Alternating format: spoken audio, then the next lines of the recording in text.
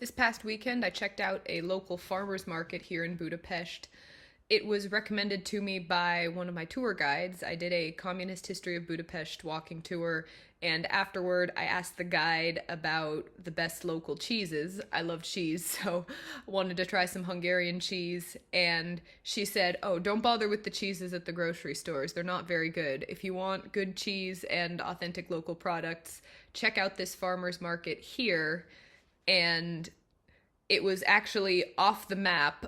So in Budapest and like a lot of cities in Europe, you can pick up free maps just about anywhere that of the main city center and surrounding areas.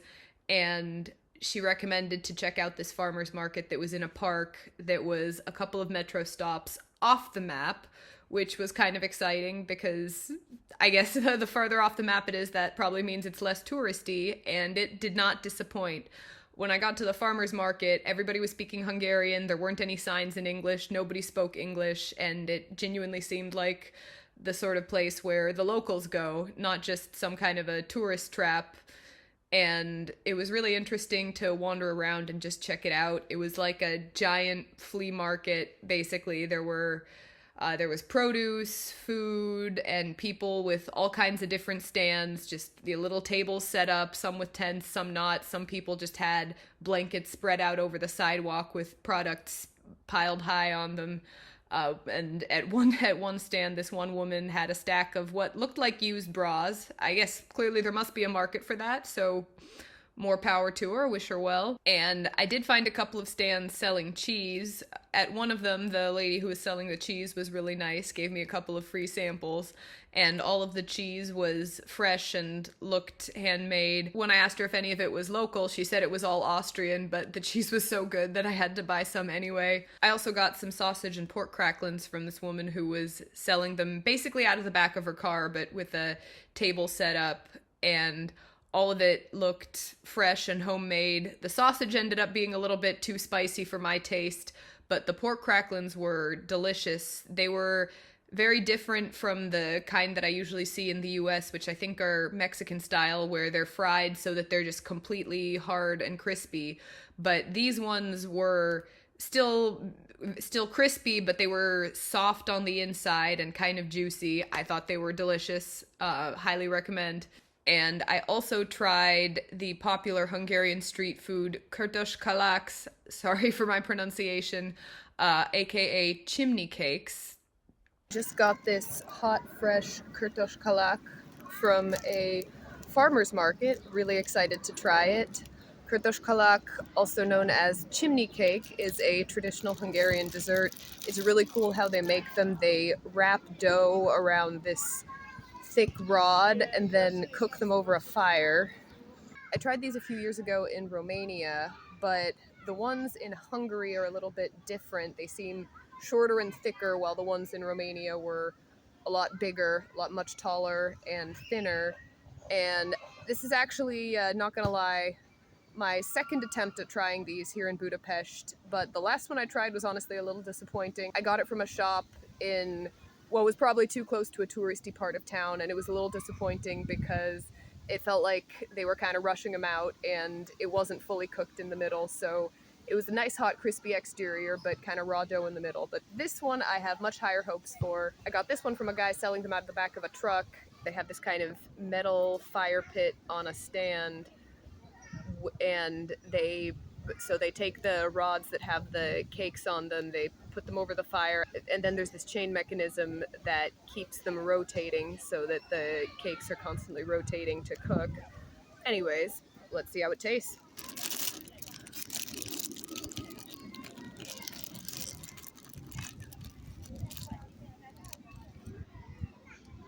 Delicious and fully cooked. The pastry itself is not very sweet, but it's light and fluffy, and they're usually rolled in sugar before cooking them so that when they take them off the flame, the outside is sticky from the sugar, and they roll it in some kind of flavor right before they hand it to you. Usually there's multiple flavor options, usually chocolate, cinnamon, nuts, etc. And I have a feeling that Google translates Hungarian is not quite fully there, because when I tried to translate the list of flavors that was offered at the stand I got this at, Google Translate translated one flavor as charcoal and the other as potty, and I'm pretty sure those weren't accurate. After checking out the farmer's market, I decided to check out Gellert Hill, and sorry again about pronunciation, don't know if I'm saying that right, but this was a spot that was also recommended by my tour guide. She said that if I wanted the best views in Budapest to climb the hill, and she recommended taking some snacks or a bottle of wine or something, and since I don't drink, I bought some snacks and figured I'd climb to the top and have a nice dinner while looking out over the city. So Gellert Hill is a 771-foot hill on the Buda side. The area is a UNESCO World Heritage Site as part of the banks of the Danube, and the hill is named after Saint Gellert, Saint Gerard in English, who was supposedly thrown off the hill. Saint Gellert was an Italian bishop who was undergoing a pilgrimage and visited Hungary around the same time as King Saint Stephen. Supposedly, King Stephen convinced him not to continue his pilgrimage and stay in Hungary so that his preachings could help the further conversion of the Hungarians. As far as I could find out, the hill was not named for Saint Gellert because he had any sort of special relationship with it, but because of his death.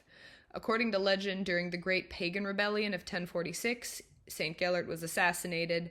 One story says that he was stoned, not the fun kind, and had a lance put through him and then was thrown off the hill. But the most interesting legend says that he was supposedly put into a barrel and rolled down the hill and into the river to his death. And while both of those sound like pretty awful ways to die, at least being rolled down the hill in a barrel sounds like it could have been kind of fun in moments, apart from the dying part. The hill is also home to a cave church, which is referred to as St. Ivan's Cave, and was named for a hermit who supposedly lived there and healed the sick with the natural thermal water.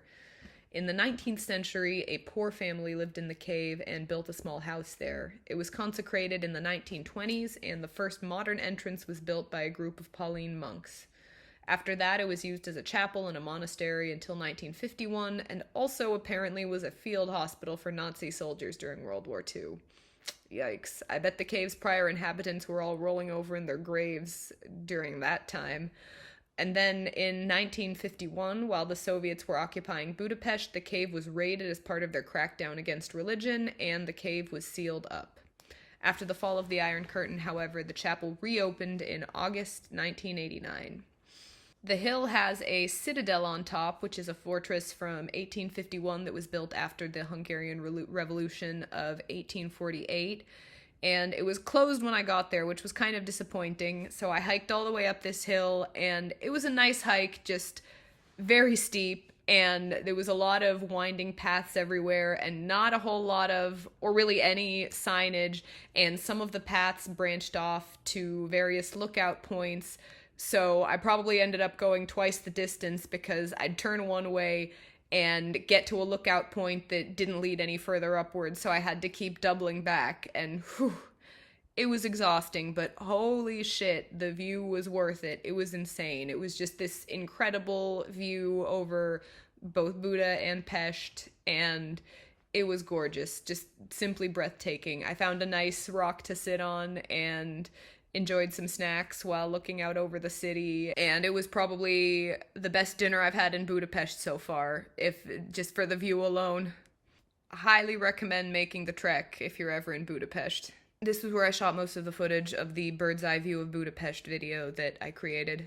The climb was long and exhausting and sweaty, and not gonna lie, there were points where I considered just giving up and going back down because it was so steep and I was carrying a heavy backpack and my camera, but it was so worth it.